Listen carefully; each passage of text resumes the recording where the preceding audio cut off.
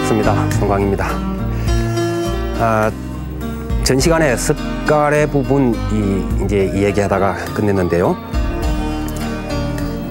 석가래 부분은 이제 우선 치목장에서 석가래가 될 것을 골라서 그 원목을 다듬죠. 그래서 정해진 길이에 맞는 원목을 골라내서 자기로 끝부분인 마구리하고 관솔 부분만을 다듬는 모습을 지난번에 보셨습니다.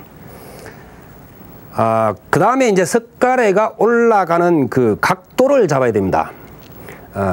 무슨 얘기인가 하니까 한옥에 있어서는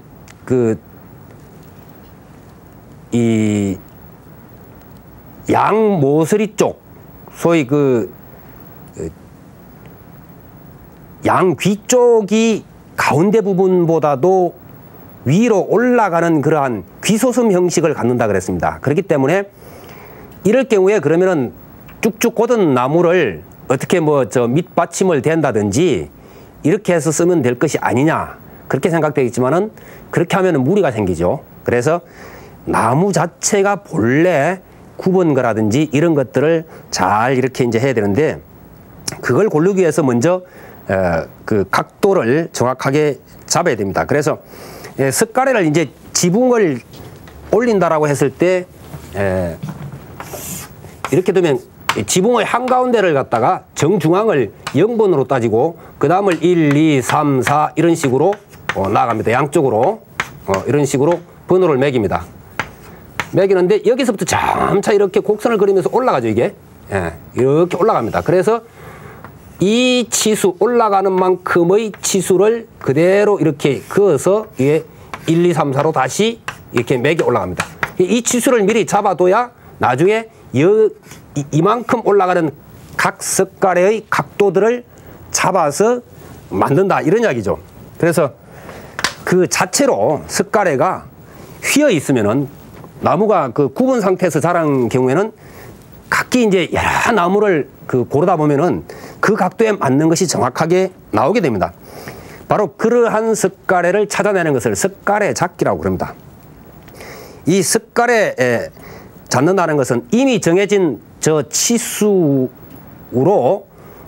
거기에다가 석가래를 이렇게 걸어서 거기에서 번호를 매겨 나가는 것이죠. 지금 보시는 모습이 바로 석가래 잡기의 모습입니다. 석가래가 굽었는데 위가 들리게 됩니다. 들리면 몇 번째 치수에 저 석가래가 걸리게 되느냐 하는 번호가 저기에서 매겨진다, 이런 이야기입니다. 절대로 통나무를 굽히거나 또 깎아서 그 각도를 맞추거나 그러진 않고 저처럼 자연스럽게 생긴 대로 갖다 씁니다. 그래서 치목에든 석가래 가운데서 골라와서 이제 휘어진 정도에 따라서 저렇게 이제 번호를 매기고, 고든 나무는 그러면은 중앙 쪽으로 가게 되겠죠. 각도가 없으니까 중앙 쪽으로 가게 되고, 점차 그 굽은 각도가 심해짐에 따라서 번호가 높은 번호를 갖게 됩니다. 다시 말해서 추녀 쪽으로 쓰여지는 그런 각도 쪽으로 나아가게 됩니다.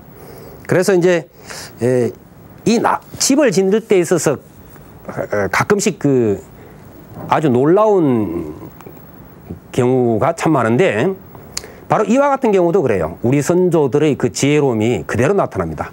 굽은 나무는 굽은 대로 그대로 쓰고, 또 고든 나무는 고든 나무대로 그대로 써서 그야말로 아름답고 조화로운 건축을 만들어낸다는 것이죠. 그래서 억지로 하지는 않는다 하는 것을 이제 아시면 되겠고, 그 다음에 이제 이 석가래 잡기가 끝나면 석가래의 끝을, 소위 꼭지 부분을 자르게 되는데, 그 꼭지 부분을 직각으로 자르지 않습니다.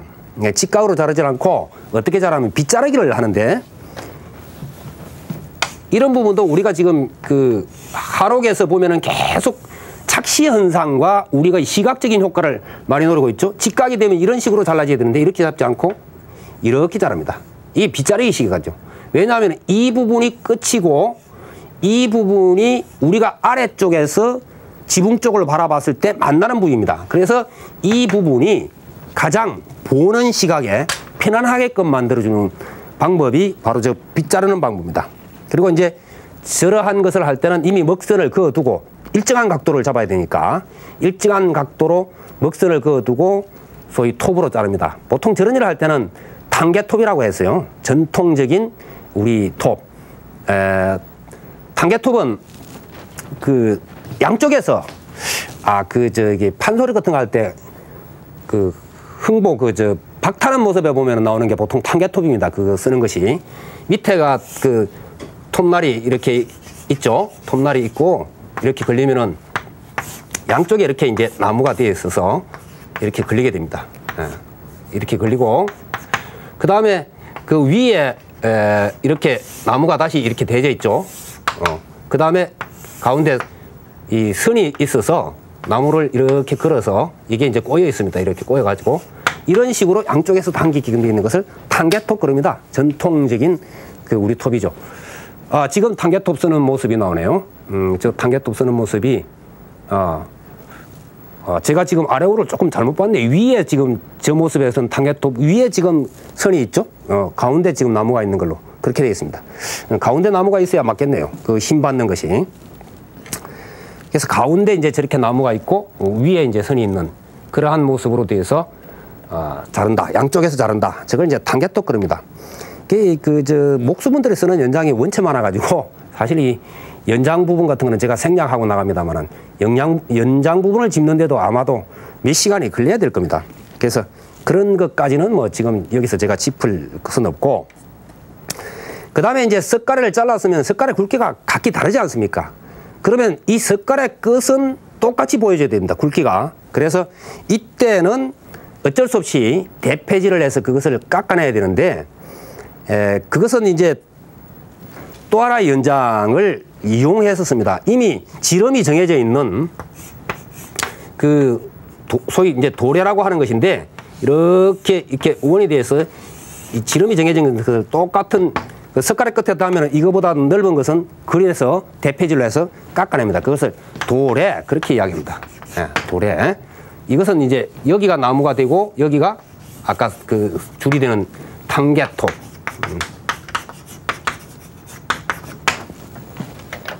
저러한 연장을 써서 저 깎을 때는 이제 대패질로 깎아냅니다. 그래서 쓰고, 그 다음에 이제 그 도리 부분에 석가래가 올릴 부분을 일정하게 그 치수를 정해서 여기에 외목도리, 주도리, 내목도리, 중도리 이렇게 이제 걸립니다. 외목도리나 내목도리가 있는 그런 그 곳에는.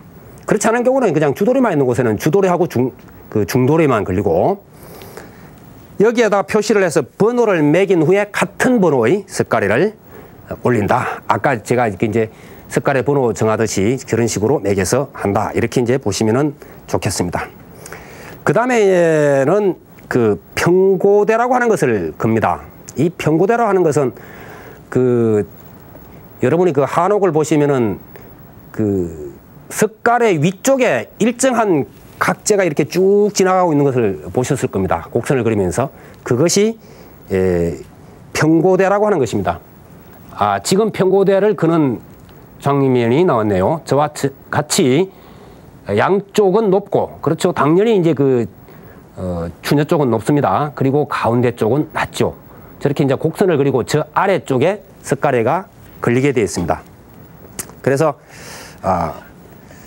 이 부분은 이제 처마의 곡선을 꾸며주는 그런 역할을 하죠. 그래서 휘어진 나무를 여러 개 잇대어서 저때는 설치를 하는데, 이것을 이제 조로 평고대, 그렇게 이야기를 합니다. 바로 이제 아름다운 유선의 처마 곡선이 나오게 된다. 그렇게 보시면 되겠습니다. 그 다음에 매기잡기라고 하는 말이 있는데, 이것은 이 평고대의 곡선을 어느 정도 각도로 잡느냐 하는 것입니다. 그래서 그것을 매기잡기 그러는데, 석가래 위에 걸리는 평고대를 초매기 이렇게 이야기하기도 하죠. 그래서 매기를 잡는다 하는 것은 곡선의 각도를 잡아가는 것을 이야기한다. 그래서 추녀 쪽으로 갈수록 위로 올라가고 또 밖으로도 휘어져 있습니다. 밖으로도 더 나가 있습니다. 우리가 볼 때는 똑같이 보이지만은 그것이 약간씩 그렇게 차이를 갖습니다. 그래서 이 매기 잡기를 잘 해야 나중에 석가래가 보수를 하지 않아도 수백 년 동안 유지될 수 있습니다. 저 매기잡기를 잘못해 놓으면은 무게가 석갈에 바로 걸리기 때문에 지붕 무게가 지붕 위에 석갈에 위에 다시 또 그 흙이다 기와다 해서 엄청난 무게가 실리거든요. 그래서 그 각도가 잘못돼 버리면은 석갈래가 뒤틀려 버립니다. 나중에. 그래서 무게를 잘 분산시키면서 아름답게끔 만들어주는 이제 이러한 매기잡기를 잘 해야 된다 하는 것이고, 그 다음에 추녀가 높죠.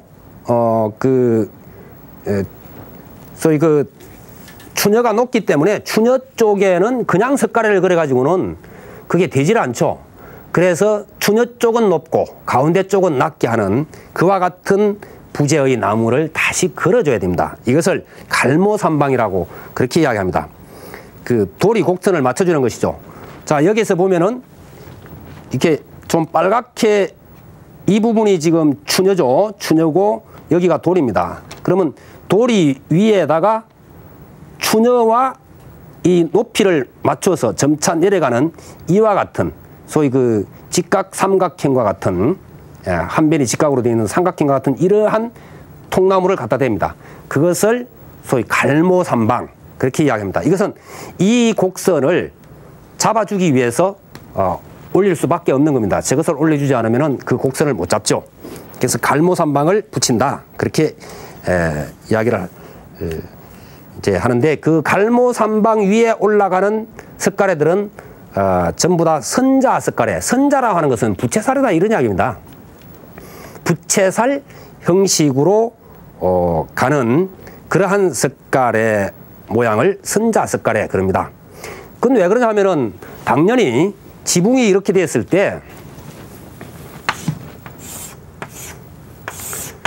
여기는 그냥 그 석가래가 이렇게 쭉 이렇게 내려오면 됩니다. 이게 이제 이러한 부분은 평석가래라 그럽니다. 평석가래라 그러고, 여기서부터는 이 석가래가 걸리는 부분이 이렇게 되어 있죠. 그렇기 때문에 이쪽은 넓고 이쪽은 당연히 좁습니다. 이 이제 중도로까지 걸려야 되는데, 그러면 이쪽은 붙어야 되고, 그렇죠? 여기는 석가래의 모습을 그대로 유지하면 됩니다. 추녀가 이렇게 있기 때문에 이 추녀에 전부 다 배를 붙이면서 이렇게 내려오게 됩니다. 그러면 저쪽에도 이런 식으로 되어 있으니까 이 부분이 마치 부채살을 펴놓은 듯하다. 그래서 이것을 선자 석가래 그렇게 이야기를 합니다. 선자 석가래. 부채살 모양이다. 지금 보시는 모습이, 자, 뒤쪽은 뾰족하게 깎아놨죠. 앞쪽은 그냥 석가래 모습을 가지고 있고, 저것은 서로 배를 붙이기 위해서, 면을 붙이기 위해서 깎고, 또 저 면이 한쪽은 추녀에 붙고 한쪽은 다음의 선자 석가래에 붙습니다. 저것이 지금 선자 석가래 올리는 그러한 모습이 되겠습니다. 그 다음에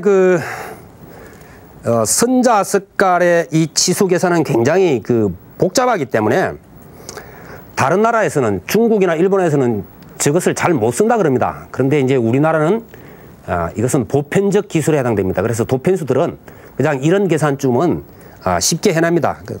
그래서 도편수가 이것을 미리 치수를 다 이렇게 정해가지고 적어서 판 같은 데다 붙여두면은 다른 목수분들이 그 치수에 맞춰서 길이와 이런 치수 같은 것을, 각도 같은 것을 전부 다 맞춰서 깎아서 갖다 붙이면은 정확하게 맞아지는 것이다. 그렇게 볼 수가 있겠죠. 이 석가래가 다 걸리고 나면 그 위에 개판, 위에 판자로 위를 덮습니다. 그것을 개판이라고 그럽니다. 개판을 다 덮고 나면 다음에 추녀 위에 또 하나의 추녀와 같은 것이 올라갑니다. 그것을 사래라고 그럽니다. 자, 그림에서 보시면은 여기까지가 추녀가 됩니다. 추녀가 되고 그 위에 다시 또 추녀 같은 게 나와 있죠. 이 부분을 사래라 그럽니다. 이것은 겹처마 지붕. 이것이 지금 겹처마 지붕이죠. 석가래가 한 번 나와 있고, 그 다음에 그 위에 다시 또 하나가 나옵니다. 이것은 이제 부연이라 그러는데, 이 석가래는 부연이라 그러고 사래가 걸려 있죠. 이건 이제 겹처마죠. 처마가 두 번 나와 있다 이런 이야기입니다. 두 번 걸쳐서 겹처마. 무거우니까 여기에 이제 활주 같은 게 걸려 있습니다. 활주는 이 추녀의 무게를 다시 잡아줍니다. 기둥은 안쪽에 있습니다.